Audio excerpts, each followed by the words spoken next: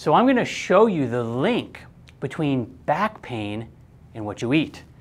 And more importantly, how you can get rid of back pain by just making some changes to your diet. And this is important, because back pain is one of the most common problems in the world. It's right at the top of the list, when it comes to causes of disability.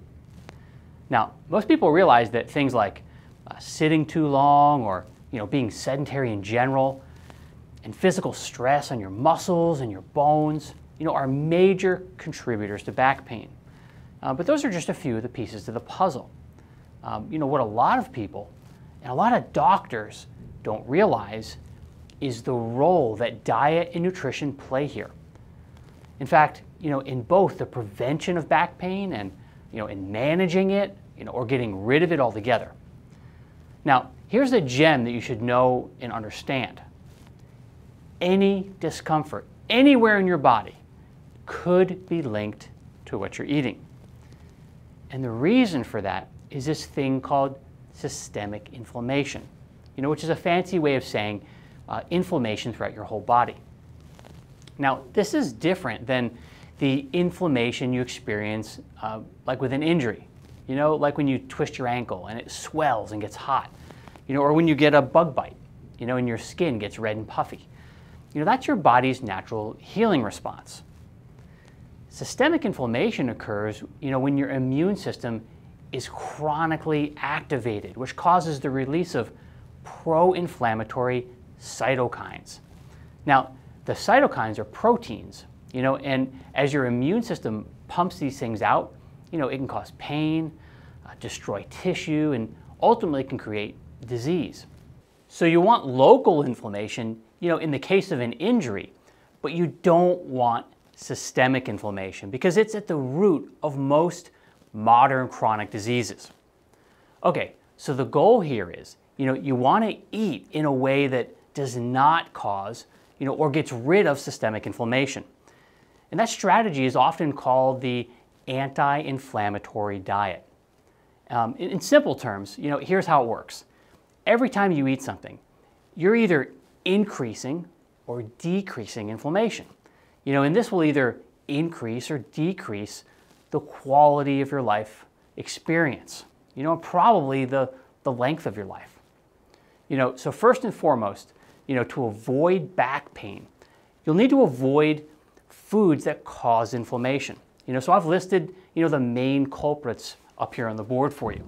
So you're going to want to avoid grains and sugar and dairy products and hydrogenated oils and alcohol and caffeine and soda. And then you're going to want to increase, vegetables, and consume healthy oils like olive and coconut and avocado.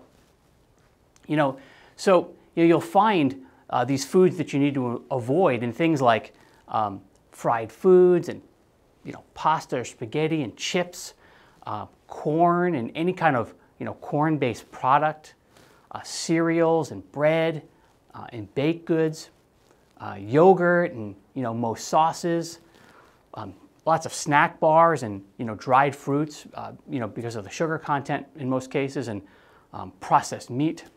So you'll want to avoid those kinds of things. And what you should do is replace them with anti-inflammatory foods. And a good place to start, is healthy fats. Things like eggs and wild-caught salmon, mackerel and sardines, and nuts. And make sure to include, what might be the most healthy food on the planet, which is the avocado. I eat at least one avocado a day. I think it's a good idea for most people, and for you, to make that a routine as well. Now, you should also use healthy oils, like olive and coconut and avocado, both for cooking, as well as for preparing your food, like, dipping or spraying on vegetables. And just as important, you need to eat lots of vegetables, especially deeply colored green ones that contain the powerful anti-inflammatory compounds called polyphenols and chlorophyll. And then there are like specific nutrients, that can help you to be pain-free, or to, get rid of pain. And I've got some of them listed up here on the board for you, like calcium and vitamin D, which you always want to take along with vitamin K2, got to take those in combination. Your omega-3s that come from fish oil, right? Magnesium and probiotics, collagen and amino acids.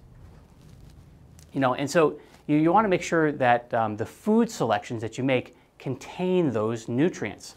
But if you're like most people, you're going to be deficient in one or more of those, at least a few. And so it's a good idea to take those nutrients in supplement form as well, as well as getting them, like in your food. So research has actually shown that people with chronic pain tend to be deficient in vitamin D. And pain patients, now listen to this is very interesting, they tend to stay on opioids twice as long and take twice as much in terms of total dosage as patients who have healthy vitamin D levels. And so that just really gives you an idea of the connection between D and pain, right? So vitamin D with K2, and omega fish oil, probably the first two nutrients that you should get into your normal supplement regimen, to decrease inflammation and reduce back pain. All right, so now let's look at what you're actually drinking, in terms of consumption, right? You should avoid things that contain caffeine and soda. You want to avoid fruit juice, like even fresh squeeze, because it's just too much sugar. And of course, sugar is inflammatory. And you need to avoid energy drinks and alcohol because they contain way too much sugar too. Those can actually send your cortisol levels through the roof, which will increase your sensitivity to pain. So let's talk a little bit more about this hormone cortisol for a second. If you allow your cortisol to be chronically high, it'll actually encourage fat accumulation. And then the additional weight that you gain can actually cause stress on your back. In addition to causing the weight gain, if you have sustained high cortisol levels, it actually destroys muscle and reduces bone density, making you more prone to pain and getting injured. But that might not even be the worst of it because cortisol increases another hormone called prolactin.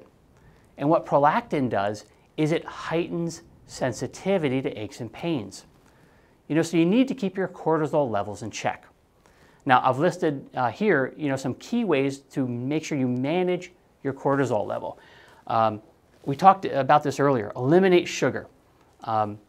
Reduce stress, like learn to relax, so you don't get caught in that stress cycle. Lower your body fat. Making sure you use proper portion control in terms of eating. Make sure you keep a regular sleep routine, and a minimum of 7 hours a night.